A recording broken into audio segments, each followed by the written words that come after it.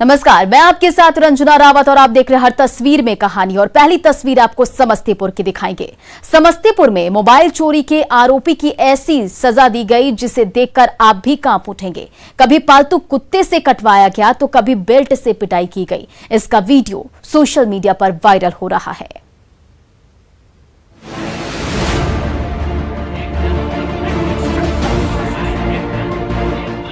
कैमरे में कैद युवक हाथ जोड़कर रहम की गुहार लगा रहा है, लेकिन बेरहम मालिक है कि उसके एक इशारे मिलते ही ये पालतू कुत्ता उस युवक पर झपट पड़ता है।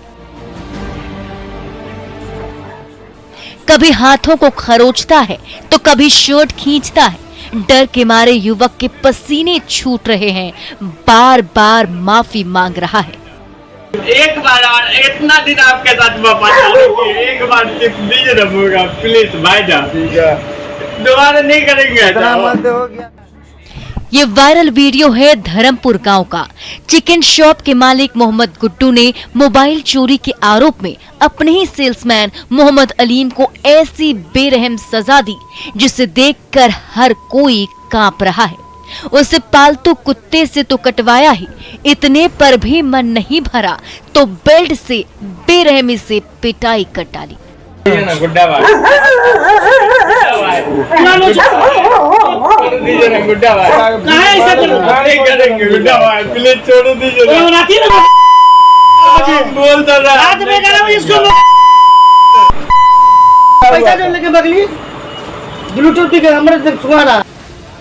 निर्दयता की ये तस्वीरें सोशल मीडिया में तेजी से वायरल हो रही हैं। कुत्ते से क्रूरता करवाने की इस हरकत पर जिस किसी की भी नजर जा रही है भौचक्का रह जा रहा है। लेकिन कार्रवाई करने के लिए समस्तीपुर पुलिस आवेदन का इंतजार कर रही है। लिखित आवेदन हम लोगों को प्राप्त नहीं हुआ है, न पीड़ित पक्ष से कोई भी बात अभी तक सामने आई है। जो भी कार्रवाई होगी, आवेदन सामने आता है तो हम लोग निश्चित रूप से सख्त कार्रवाई करेंगे। आखिर इस युवक ने वो कौन सा बड़ा गुनाह कर डाला कि उसे ऐसी बर्बर सजा भुगतनी पड़ी।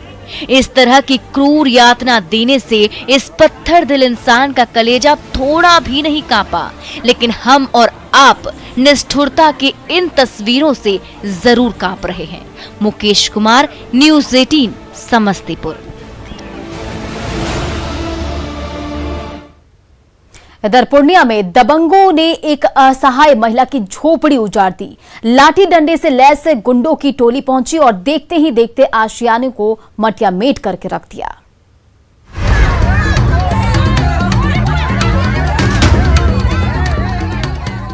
बेगमपुर गांव में संग्राम छिड़ा हुआ है। दबंगों की भीड़ भरा पूरा आशियाना उजाड़ने पर आमादा। फूस की छत ढहा दी गई है। लकड़ी के खंभों पर वार हो रहा है। कभी धारदार औजार से ठूंठ पर वार हो रहा है तो कभी बाजुओं के जोर से डंडे को हिलाया जा रहा है। आंखों के सामने घरौंदा उजाड़ने से खफा गजारा परवीन और उनके परिजन हंगामा मचा रहे हैं।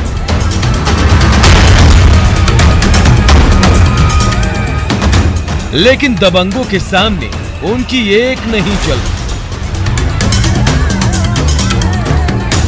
वो तकरीबन 50 आदमी था। 50 आदमी? हाँ, 50 क्या आदमी मकसद था। से आया था वो मकसद से आया था कि घर तोड़ देंगे और बीच में कोई आएगा तो उसको मर्डर करके हम भाग जाएंगे।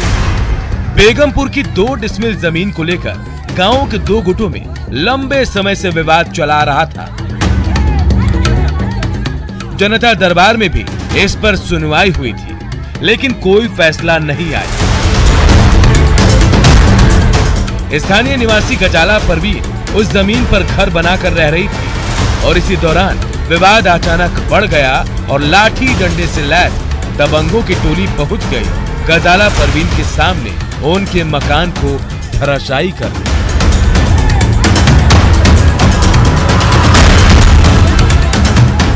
घर तोड़ने का मकसद था कि मेरा जमीन में घर उठा हुआ है, हम नहीं देंगे रहने के लिए। हम घर तोड़ के आपका भगा देंगे, आपको नहीं रखेंगे। जमीन मेरा घर में कोई नहीं है, जमीन मेरा है।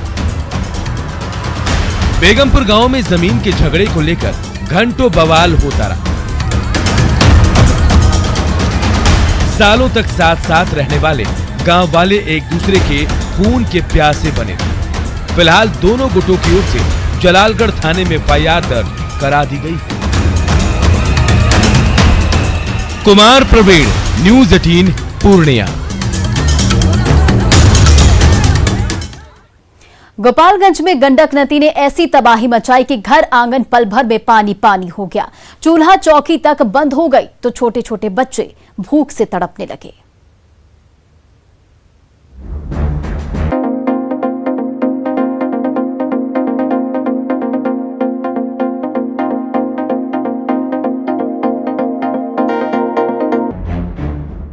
इस चौहद्दी में कभी ये छोटे छोटे बच्चे धमा चौकड़ी मचाया करते थे, लेकिन गंडक ने वो भरा पूरा आंगन छीन लिया।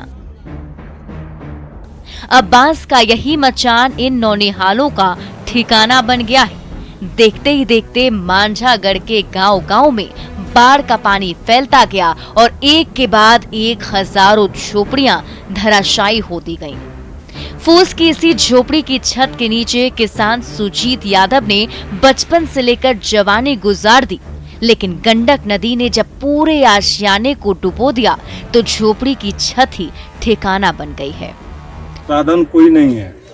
ये 2 रोज से आज 3 रोज से ये जो बंगला है सब गिर गया है। सिर्फ हम अकेले यहाँ पर है, बाकी आदमी सबको ऊंचा स्थान पर भेज दिया गया है। आज तक भी कोई पूछने के लिए नहीं आया यहाँ पर। तबाही के सैलाब ने सब कुछ मटिया मेट करके रख दिया। झोपड़ी उजड़ गई, गृहस्थी तबाह हो गई, चूल्हा चौका बंद हो गया, बच्चों का बचपन मचान में कैद हो गया। न सिर छिपाने की छत बची, न खाने का कोई ठिकाना रहा। मुश्किल से कभी चूल्हा जलता है तो रूखा सूखा ही बनता है। छोटे छोटे बच्चे भूख से बिलबिलाते रहते हैं तो प्याज और सूखी रोटी से पेट भरना पड़ता है। घर डूब गया है और सूखे रोटी खा रहे हैं। कितना दिन से डूबा है? ढेर दिन से। कुछ कोई दे नहीं रहा खाने पीने के लिए? ना। क्या देखते 5-6 दिन से पानी से हमारे घर डूब गया है। गुलाती छुछे रोटी बना के खाएगा, लगे खिलाएगा। तो यहाँ बना रही है? हाँ, दूसरा घर में बना रही है लिया के। बाद में सब कुछ गवा चुके इन ग्रामीणों का एक एक पल मुश्किल से गुजर रहा है। कभी सूखी रोटी मिलती है तो कभी भूखे पेट सोना पड़ता है। ना कहीं से कोई मदद मिल रही है और ना कोई आस नजर आ रही है। मुकेश कुमार, न्यूज़ 18 गोपालगंज। मुजफ्फरपुर के बाढ़ पीड़ितों ने नेशनल हाईवे के बीचों बीच शरण ले ली है। सैलाब में सब कुछ गंवा चुके इन ग्रामीणों के लिए अब यही ठिकाना रह गया है।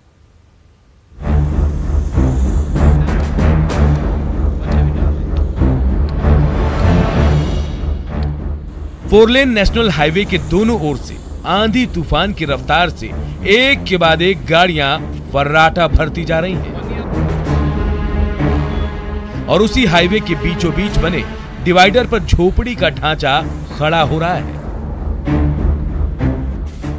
छोटे छोटे गड्ढों पर बांस के खंभे खड़े हो गए हैं और उसके सहारे छत का खोखला ढांचा भी तैयार हो गया है।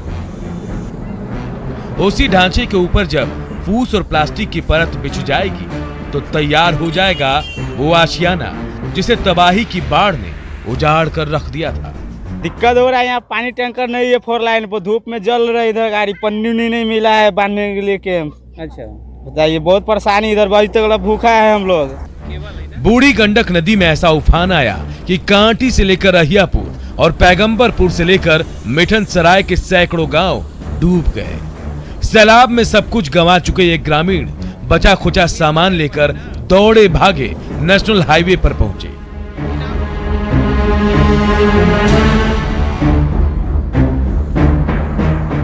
और उसके बीचों बीच डिवाइडर की खाली जमीन पर तान दिया तंबू। अब यही इनका ठिकाना है, यही जीना है, यही सांस लेना है।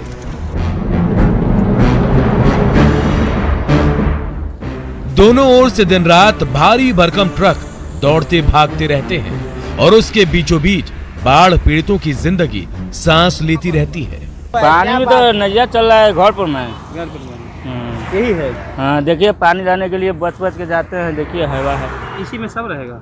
हाँ तब कहाँ रहेंगे हम लोग यहाँ? अब कहाँ से कथी करते यहाँ आई पर रह के, कहाँ से खते पीते, कथी करते? बाल बच्चा, आदमी सियान, सबके दिक्कत है, सबके दिक्कत है, माल बकरी सबके। नेशनल हाईवे के डिवाइडर पर बसा तंबुओं का मोहल्ला बाढ़ की त्रासदी की देन है। यहाँ उन अभागे ग्रामीणों को शरण लेनी पड़ी है जिनका भरा पूरा आशियाना बूढ़ी गंडक नदी ने छीन लिया था। लेकिन यहाँ भी न खाने का ठिकाना है, न सोने को बिस्तर।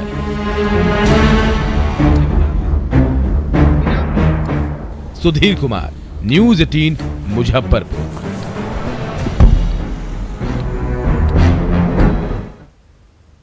खगड़िया में बाढ़ के पानी में नाव पर बारात निकली तो चौतरफा सैलाब देखकर नई नवेली दुल्हन डर गई। फिर क्या हुआ, देखिए इस रिपोर्ट में।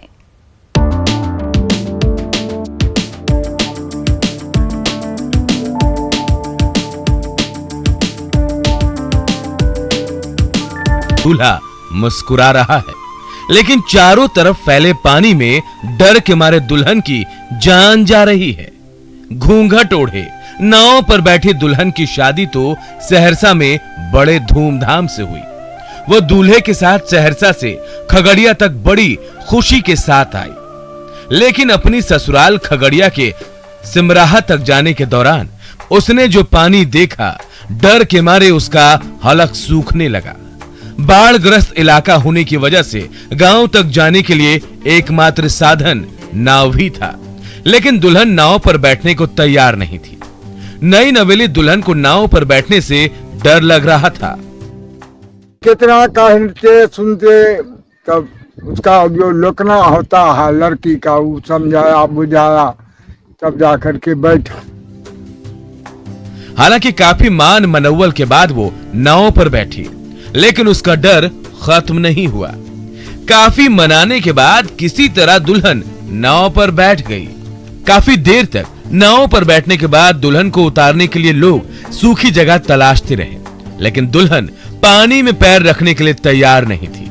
काफी देर के बाद नाव किनारे पर लगी, फिर दुल्हन को उतारकर घर लाया गया। डर लगे रहे लड़की के। अच्छा, क्या पानी देख के अपने से को डर नहीं लगे? काफी डर लगते। अच्छा।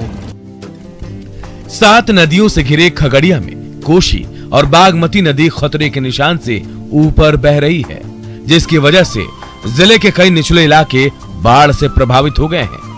ऐसे में बाढ़ प्रभावित तो परेशान है ही, बाढ़ग्रस्त इलाके में आने वाली नई नवेली दुल्हन को भी काफी परेशानियां झेलनी पड़ रही हैं।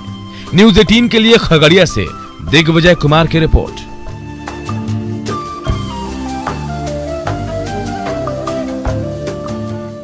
इधर पटना के 4 दोस्तों ने अपनी सूझबूझ से ऐसा स्टार्टअप खोल दिया जो बेरोजगारों को नए मौके तो दे रही है, कंपनियों को भी हाईटेक वर्कप्लेस मुहैया करा रही है।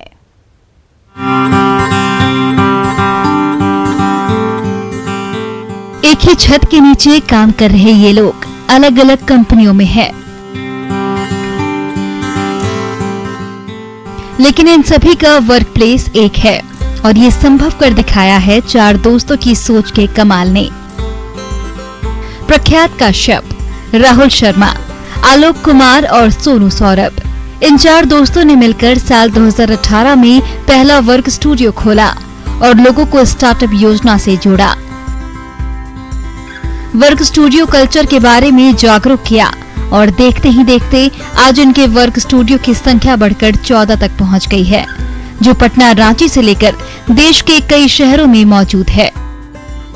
ये कल्चर तो सबसे अच्छा है, जहाँ लोगों को एक ऐसे वर्क कल्चर में वर्क करने को मिल रहा है जहाँ पे डिफरेंट पर्सपेक्टिव के लोगों के साथ मिल रहे हैं, उनकी समझ रहे हैं अच्छे से कि वो किस पर्सपेक्टिव से सोच रहे हैं, तो ये बहुत अच्छा कल्चर है। तो हम लोग ने प्लान किया था कि चलो ऐसा स्पेस बनाते हैं जहाँ खुद अपना स्टार्टअप भी चलाएंगे और अभी स्टार्टअप को सपोर्ट करेंगे। तो फिर ये कारवा बढ़ते चला गया, धीरे धीरे हम लोग 4 मिलके शुरुआत किया।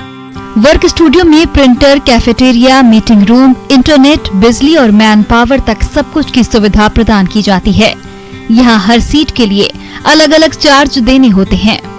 लोग मासिक और सालाना ऑफिस बुक कराते हैं। काफी कम समय में वर्कप्लेस कल्चर युवाओं के बीच लोकप्रिय हो चुका है। क्योंकि हमारे स्टार्टअप का 3 साल हुआ, जिसमें 1.5 साल हमारा कोरोना ने ही ले लिया है। तो टेक्निकली अगर आप देखेंगे तो 1.5 साल और 1 साल 10-12 महीने में हमने जो इतने अपने टीम के साथ मिलकर के इसको वर्किंग को इतने लेवल पे लेकर गए हैं, और आगे भी हमारा प्लान है कि इसको और बड़े-बड़े 20-25 शहरों में एक्सपैंड करने का। हम लोग बहुत फॉर्चुनेट रहे कि हमारे साथ अर्ली स्टेज पे भी कुछ इन्वेस्टर्स जुड़े, जिनका सपोर्ट यूज़ करके हम लोगों ने ये पहला यूनिट जो है डेवलप करा, और निरंतर उनका सपोर्ट रहा है, और ऐसे बहुत सारे इन्वेस्टर्स बाद में भी हमारे साथ जुड़े हैं। युवाओं की सोच को आज हर कोई सलाम कर रहा है, क्योंकि इन युवाओं ने न सिर्फ स्टार्टअप को पहचान दिलाने में कामयाबी पाई है, बल्कि इनके प्रयास से बिहार में रोजगार की तस्वीर भी बदल रही है।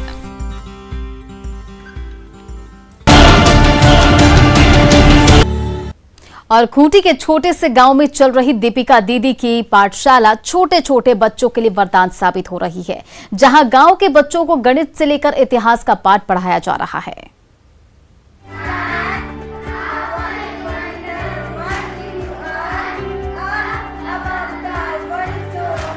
ब्लैक बोर्ड के पास खड़ी नन्ही शिक्षिका दीपिका मीन्स इंग्लिश राइम्स सुनाती जाती हैं। सामने चटाई पर मास्क पहने छोटे छोटे बच्चे उसे अपनी तोतली जबान में साथ साथ दोहराते जाते हैं।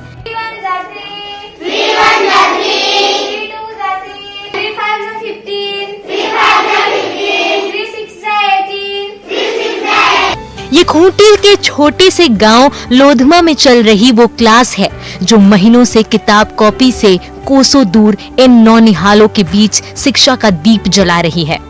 क्लास में कभी मधुर संगीत सा गणित का पहाड़ा गूंजता है,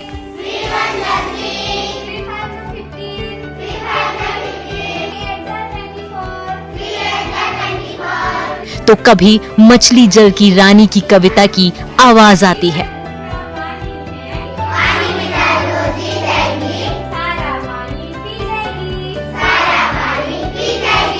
नन्ही दीपिका खुद 7वीं की छात्रा है, लेकिन कोरोना काल में 2 साल से भी ज्यादा समय से स्कूल के दरवाजे बंद हैं। एक दिन किताब के पन्ने पलटते हुए उसे ख्याल आया कि वो खुद अपने पाठ भूलती जा रही हैं, तो उससे छोटे बच्चों का क्या हाल होगा। तब उसने अपने घर पर कुछ बच्चों को पढ़ाना शुरू किया। फिर गांव के खाली भवन में लगने लगी दीपिका की पाठशाला। 2-3 बच्चों को अपने घर में अपने रूम में बुलाकर पढ़ाना शुरू किया, और वो बच्चे आते थे। फिर ऐसे करते करते उन बच्चों को देखकर और भी बहुत सारे बच्चे जुड़ने लगे।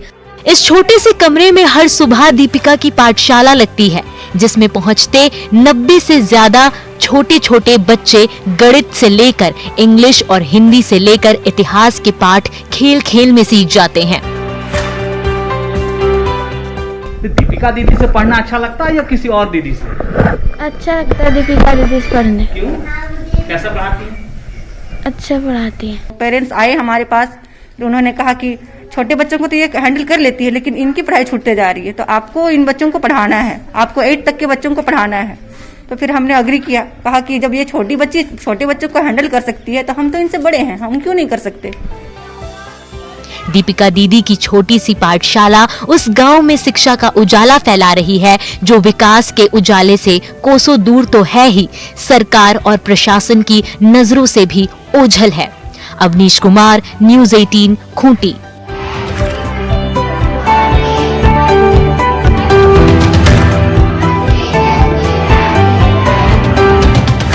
तो फिलहाल इस बुलेटिन में इतना ही। बने रहे न्यूज़ 18 बिहार झारखंड के साथ।